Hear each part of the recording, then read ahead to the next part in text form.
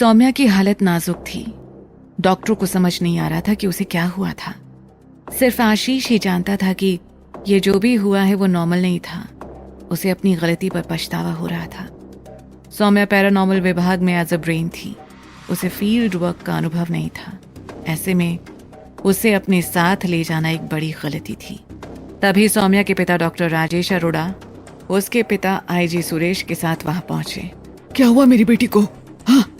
बदहवास से डॉक्टर अरोड़ा ने आशीष से सवाल किया। आशीष ने उन्हें पिछले घटनाक्रम के बारे में सब कुछ बता दिया।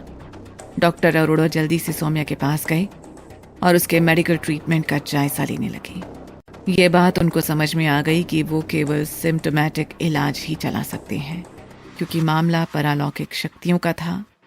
इसलिए साधारण विज्ञान यहाँ पर फेल था। तभी एक सब इंस्पेक्टर आशीष के पास आता है और उससे कहता है, कोई रचित आदमी आपसे मिलना चाहता है।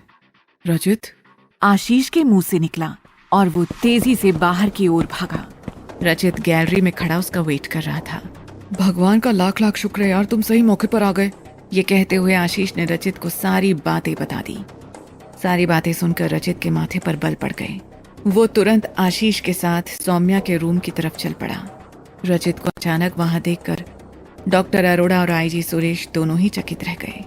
रचित ने उन दोनों को प्रणाम किया और तुरंत ही बिना समय खोए सौम्या की ओर बढ़ा। उसने सौम्या की पुतलियां खोलकर देखी। उनमें जैसे खून उतरा हुआ हो। फिर वो डॉक्टर अरोड़ा की ओर देखकर बोला, सौम्या के लिए 1 यूनिट खून की जरूरत होगी। अंकल आप तुरंत व्यवस्था कीजिए।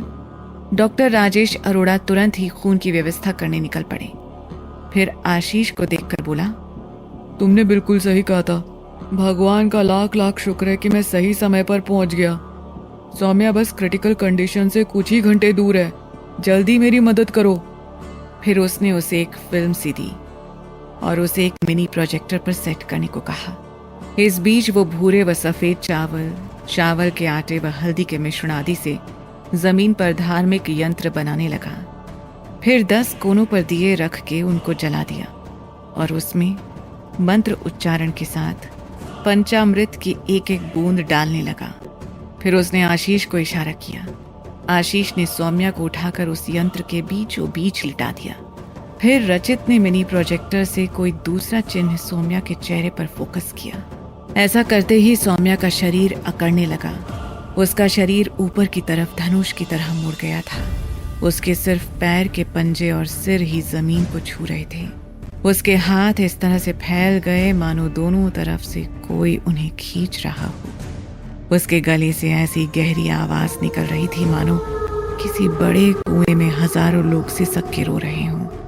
रचित ने आशीष को एक बार फिर इशारा किया और आशीष ने आगे बढ़कर सौम्या के दोनों हाथों को अपने हाथों से ऐसे पकड़ लिया मानो वो उसे उड़कर कहीं जाने से रोकना चाहता हो।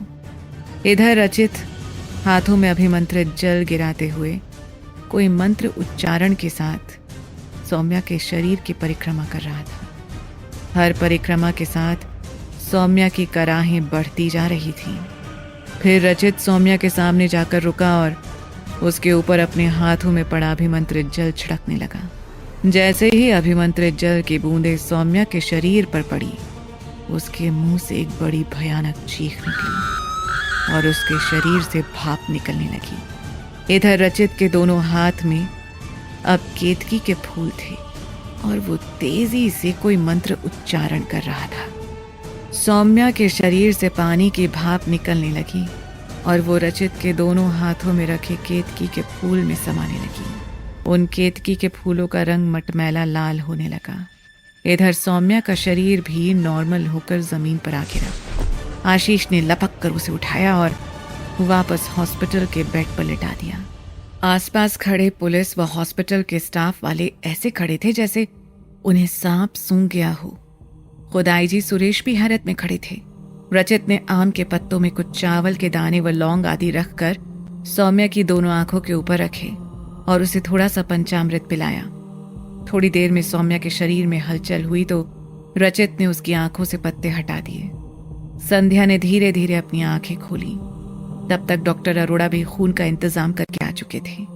चलो आप ये खतरे से बाहर है। अंकल आप खून चढ़ा दीजिए।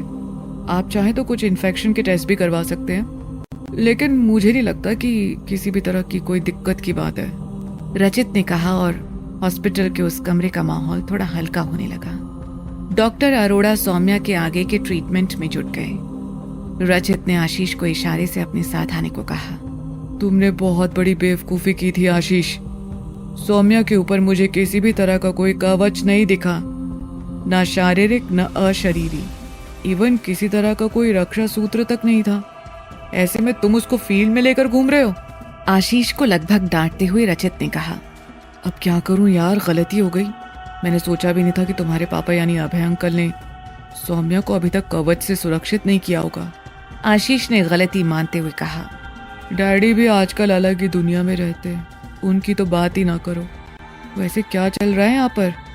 रचित ने उससे पूछा। जवाब में आशीष ने पूरे घटनाक्रम की ब्रीफिंग उसे कर दी। अम्बिका वाले पुराने केस की स्टडी मैंने की है। अपने आप में काफ़ी अजीब सा केस था। तो अगर अंकल लोग को लग रहा है कि आज 23 साल बाद वही घटनाएं फिर से घट रही हैं, तो मैं एक बार फिर से उस घटना के केंद्र पृथ्वीराज अंकल से मिलना चाहूँगा। और फिर रचित आशीष से हाथ मिलाकर बाहर निकल गया। आशीष भी सौम्या के कमरे की ओर बढ़ चला। अवंतिका के सारे फ्रेंड्स उसकी बहनों के साथ उसके ननिहाल घूमने निकल पड़े थे। बुखार की थकान के चलते अवंतिका उनके साथ नहीं गई थी। बल्ले भी थकान का बहाना करके वहीं हवेली पर ही रुक गया था। फिर करीब आधे घंटे बाद बल्ले चुपचाप अपने कमरे से बाहर निकला। हॉल में ही उसे माया मिल गई। फिर वो दोनों चुपचाप हवेली से बाहर निकल गए। वो दोनों नीचे कस्बे की तरफ चल पड़े। माया बल्ले को लेकर सेंट्रल पार्क के पास बने चर्च पहुंची, जहां पर एक हेलीकॉप्टर खड़ा हुआ था। माया ने बल्ले को एक सहयोगी से मिलाया और फिर वो उसके साथ हेलीकॉप्टर में बैठ गया। हेलीकॉप्टर जंगल में कैथीड्रल की ओर उड़ चला। माया ने कुछ देर वहीं खड़े होकर उनको जाते देखा, फिर वो भी वापस जाने के लिए मुड़ गई। उधर डॉक्टर राजेश अरोड़ा, आईजी सुरेश, राजा पृथ्वीराज और मैडम साधना के साथ राजेश के घर के गेस्ट रूम में बैठे हुए थे। सौम्या की हालत अब काफी अच्छी थी। इवन वो आशीष के साथ वापस फील्ड में जाना चाहती थी, लेकिन आशीष ने उसे डेस्क जॉब में ही अटका दिया था। इस समय भी वो अपने रूम में इस केस से जुड़े सभी पहलुओं को एग्जामिन कर रही थी। मुझे मैडम साधना से ही पता चला कि बेटी सौम्या पर हमला हुआ था। फिर मैं तुरंत उसे देखने चला आया। भगवान का शुक्र है कि कोई बड़ी दुर्घटना नहीं हुई, राजा पृथ्वीराज ने कहा। वैसे देखा जाए तो इस समय लोगों के गायब होने व अनजान हत्याएं एकदम से रुक गई हैं। इसके बारे में आपका क्या कहना है साधना मैडम? आईजी सुरेश ने पूछा। अब इस बारे में मैं क्या कहूँ, आप खुद इस मामले में विशेषज्ञ हैं। हाँ, लेकिन मुझे मेरी टीम से खास बात पता चली है, हल्के से हंसते हुए मैडम साधना ने कहा। कैसी बात? कैसी बात? कैसी बात? लगभग तीनों ने एक स्वर में मैडम साधना से पूछा। जैसा कि आप लोगों को मैंने बताया था, हमारे एनजीओ में पैरानॉर्मल एक्टिविटी से निपटने के लिए भी लोग हैं। ऐसे में हमारे पैरानॉर्मल विशेषज्ञ ने हमें बताया कि अगले हफ्ते पड़ने वाला चंद्र ग्रहण तांत्रिक दृष्टि से बहुत ही महत्वपूर्ण है। ये कई दशकों के बाद पड़ रहा है। इतना कहकर मैडम साधना रुक गई और उन तीनों के चेहरे के हाव भाव को नोट करने लगी। फिर वो आगे बोली, तो अगर कोई शैतानी पैरानॉर्मल शक्तियों के उपासक इस छोटे से कस्बे में एक्टिव हैं, तो वो इस चंद्र ग्रहण में अनुष्ठान जरूर करेंगे।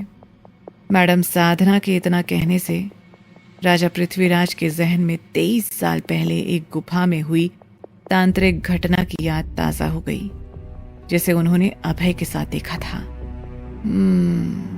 तो अगर ये न्यू लाइट वाले वाकई में इस सब घटनाओं के पीछे हैं, तो उनके कैथीड्रल में कुछ ना कुछ हलचल जरूर होगी।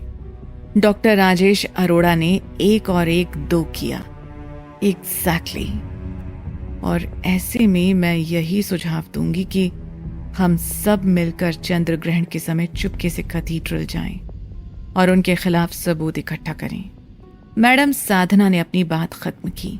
लेकिन अगर वाकई में कैथीड्रल वाले इन सब के पीछे हैं, तो चंद्र ग्रहण के समय क्या वहां जाना खतरे से खाली नहीं होगा? डॉक्टर अरोड़ा ने अपने मन की चिंता जाहिर की। आपकी बात भी सही है डॉक्टर अरोड़ा, इसीलिए मैं अपनी पैरानॉर्मल टीम को साथ लेकर ही वहां जाऊंगी। वो ऐसे मामलों को संभालने में पारंगत है। मैडम साधना ने उनकी चिंता का समाधान करते हुए कहा। मेरे ख्याल से यही सही रहेगा। बिना किसी ठोस सबूत के न्यू लाइट वाले अनटचेबल हैं। अगर हमारे पास उनके खिलाफ सबूत इकट्ठे हो जाएं तो हम बड़ी आसानी से उनके खिलाफ एक्शन ले सकते हैं। सुरेश ने मैडम साधना के प्लान को सपोर्ट करते हुए कहा। आप सबकी यही राय है तो यही सही।